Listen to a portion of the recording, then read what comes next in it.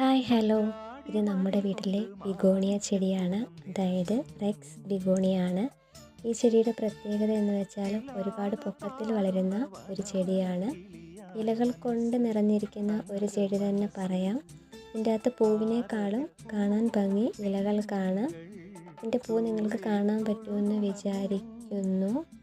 ഒരുപാട് ക്യാരക്ടേഴ്സ് ഉള്ള ബിഗോണിയുണ്ട്. അതായത് മഴയത്ത് വെക്കാൻ പറ്റാത്തതായിട്ടുള്ള ബിഗോണിയ ടൈപ്സും ഉണ്ട്. പക്ഷേ റെക്സ് ബിഗോണിയ ആണെങ്കിൽ മഴ കൊണ്ടെന്ന് വെച്ച് വലിയ കുഴപ്പമൊന്നും ഇല്ലാത്ത ഒരു തരം ചെടിയാണ്. ഇതിന് നമ്മൾ ഒന്നോ രണ്ടോ ദിവസം കൂടിയിരിക്കുമ്പോൾ വെള്ളം ഒഴിച്ചു കൊടുത്താൽ മതി.